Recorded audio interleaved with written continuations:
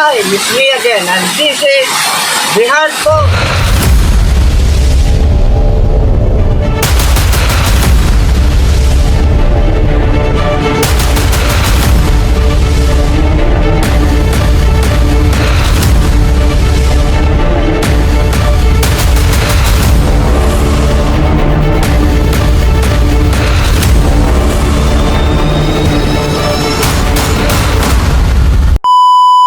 Mula sa third largest cave in Asia, Kalidungan Lake, Lulugayan Falls, Kalup-Upan Falls at iba pa na mga napuntahan na natin dito sa bayan ng Calbiga ay natitiyak ko na hindi pa tapos ang adventure. Kaya tara, samahan niyo ako sa isa na namang paglalakbay dito sa aming munting bayan. Di kalayuan mula sa town proper ng Calbiga, matatagpuan ang Barangay Makaalan.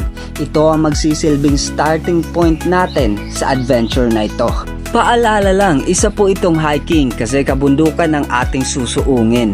At syempre ginawan ko na rin ng track sa mapa para hindi kayo mawala kung sakali gustuhin nyo man dito pumunta. At narating na nga natin yung unang pangpang. So ngayon yung monopod ko, kahoy na lang siya. Kasi kanina, ito yung monopod ko dati, sinasabitan niya itong GoPro, no? Pero nadulas ako, ina. Ang dulas kasi pagbaba dyan. Umikot pa ako papunta doon, pero nadulas pa rin ako at naputol yung monopod ko. Baka naman, may gusto mag-sponsor dito. Kaya ngayon, kahoy na lang yung monopod natin. Saya naman to. Adventure to. So ito yung isa sa mga falls dito. Tara, punta tayo sa iba. At sinuong na nga uli natin yung kagubatan para mapuntahan itong pangalawang lokasyon kung saan tinatawag na Heart Falls. This may be a wonder of nature, no? Kung paano siya nagawang shape ng heart, coincidence or man-made. Kaya nabalaw mo siga. Pero para sa akin, tingin ko lang, no? Wala namang siraulong taong maghuhukay ng ganyang kalalim.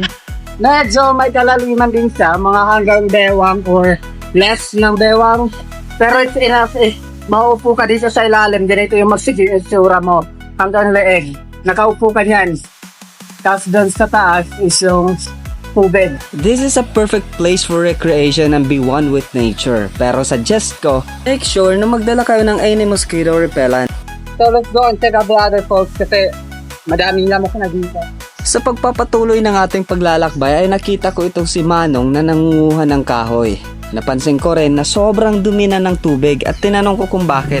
Ang sagot niya naman sa akin ay dahil dun sa dump site dito sa Barangay Makaalan at unfortunately may mga naliligo at naglalaba pa rin sa sapang ito. Kawawa naman. At naghiwalay na nga kami ng landas. Tinungo ko na rin yung third location natin which is yung Little Maria Cristina Falls. This used to be a very nice place 20 years ago. Pero dahil sa dump site, nagmistulang malakanal ang tubig na umaagos dito. Ito yung mga patunay na may mga naliligo dito dati, mga siguro 2 decades ago. Shoutout sa iyo Elvin at Jayan. Yung pag-ibig nyong itinaga nyo sa bato dyan, yun, nandun pa. Pero kayo, kumusta kayo? Kayo pa ba? Pero check natin, mayroon pa nandun na isang surprise. At naglakbay ulit tayo papunta pa dun sa kabila. Umulan na nga sa ating paglalakbay pero may nadaanan tayo ditong malaking honeybees. Ayun siya, oh. Ayan. Yan yung bahay nila.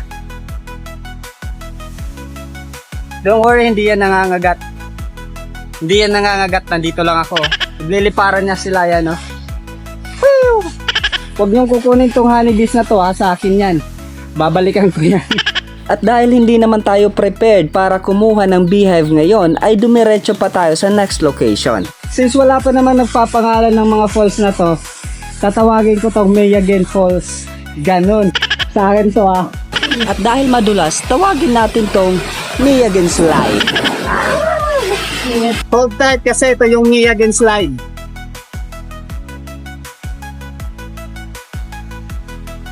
Let's go! Woo! Ito naman, Mayagen Falls number. Pag ilan na to, ewan. Let's go! Kita nyo yan? Yan yung Mayagen Falls number. Ewan ko, pag ilan na yan. Dami ko ng falls. May again falls, ses. Pag nag-slide siguro ako dyan, siguro 5 yung bale ng katawan ko. Ganun. Sulit yung adventure. At syempre, nag-share ko sa inyo yung mga falls ko. At sa sobrang tigas ng ulo ko ay sinubukan ko pa ring akyatin nitong falls na to. At sa sobrang dulas ng mga bato ay nahirapan akong akyatin. At ito pa ang hindi ko naisip, ang bumaba. Nahirapan akong bumaba, kaya ito yung nangyari.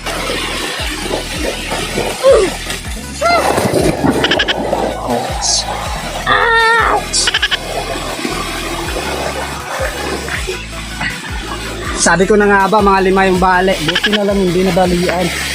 Galos lang. Aray.